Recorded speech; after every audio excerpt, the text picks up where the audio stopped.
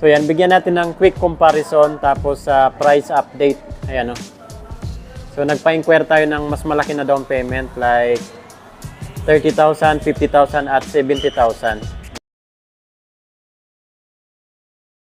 So yun, what's up mga idol, Chris Ride Motovlog nga po pala. For today's, nandito ngayon tayo sa DES, Duwixam Incorporated, Lagao Branch, General Santos City. So dito muna tayo sa Suzuki Motorcycle. So alam ko yung wala dyan, Raider. Yan. So, marami po kasi nagpapa-inquire sa akin ng motor na to. So ito yung Raider 150 Pro at Raider 150 na Blade. So ito na po yung mga Raider talaga ngayon. Ito na yung design. Wala na tayong magagawa dyan. So yan, bigyan natin ng quick comparison tapos sa price update. Ayan o. So nagpa-inquire tayo ng mas malaki na down payment like 30,000, 50,000 at 70,000. Ayan o. Unahin natin pagdating sa price. Ito yung cash price nila dito.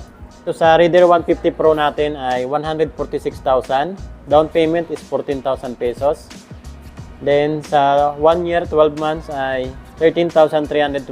Sa 2 years, 24 months ay 7,812. Sa 3 years, 36 months ay 5,979. Rebate pa ng 200 pesos.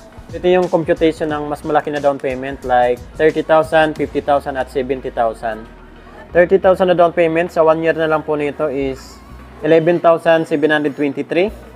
Sa 2 years, 24 months ay 6,889. Sa 3 years, 36 months ay 5,278. Rebate pa naman yan ng 200 pesos. Ayan o. Sa 50,000 na down payment naman, sa 12 months, 1 year ay 9,736. Sa 2 years, 24 months ay 5,736. Then sa 3 years, 36 months ay 4,403. And 70,000 na down payment. Sa 1 year po nito is 7,749. Then sa 2 years, 24 months ay 4,583. Sa 36 months, 3 years ay 3,527. Rebate pa naman yan ng 200 pesos. So ito magiging 3,327 na lang yan. So yan po yung computation.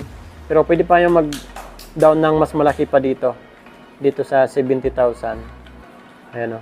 Raider 150 Pro. So dito naman po tayo sa Raider 150 Blade. So yan, cash price po nila dito, Raider 150 Blade ay 129,000. Down payment ay 12,000 pesos. Ayan po. 12,000 pesos po yung down payment nila. Sa 1 year, 12 months ay 12,021 pesos. Sa 2 years, 24 months ay 7,062 pesos. Sa 3 years, 36 months ay 5,410. Rebate pa yan ng 200 pesos. Mas malaki na down payment like 30,000, 50,000 at 70,000.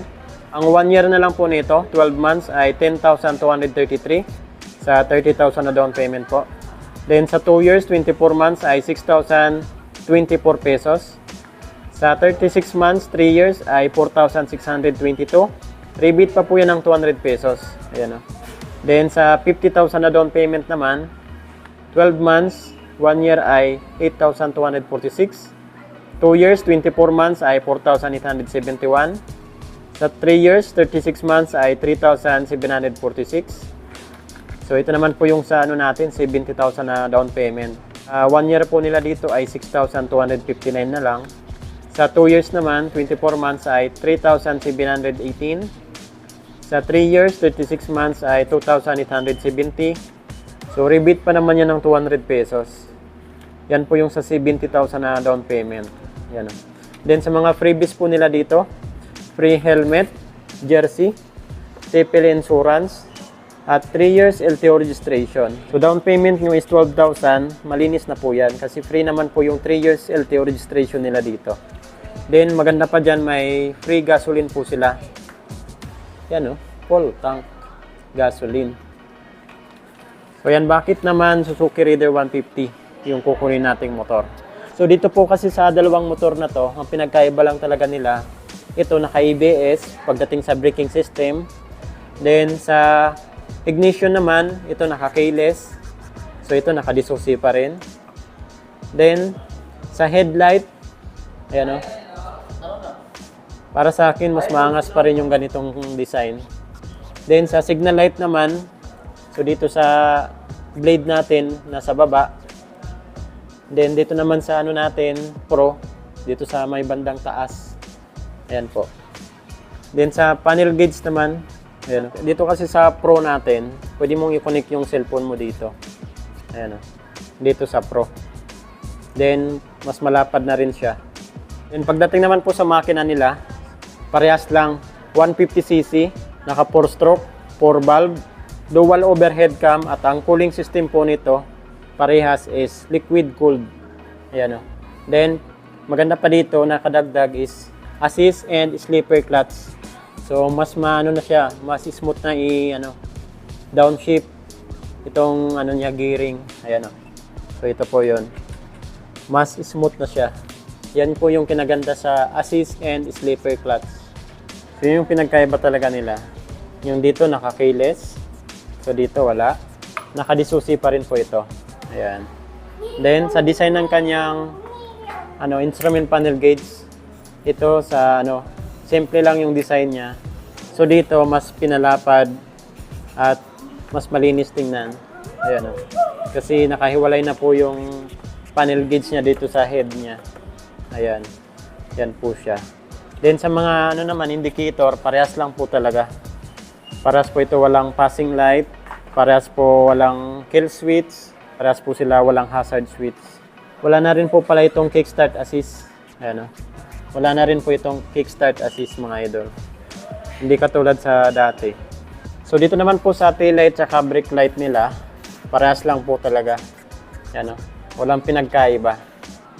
Yan, dun lang talaga sa harapan.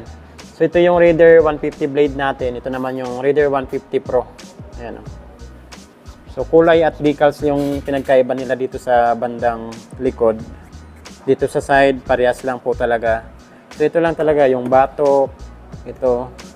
Yan lang yung sila may pinagkaiba. Dito sa panel gauge, ayan, saka headlight. At yung braking system. Ayan. So ito yung design ng naka-ABS. Maganda kasi yung ABS kasi anti-lock braking system. Which is pag bigla mo napihit yung brake, madulas na kalsada, mabuhangin, biglang preno, mas maganda yung naka-ABS. So ito naman yung natin, standard na brake sa disc brake. Ayan o. Itong reserve ng coolant niya, yung galon.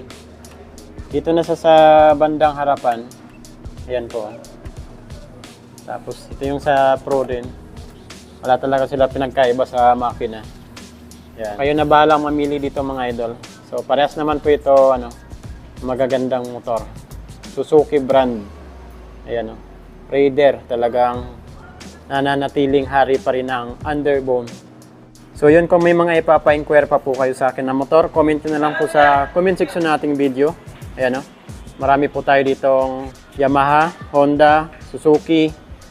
So yun, Chris Ride Motovlog. Ride safe po tayo palagi. God bless you all. Thank you.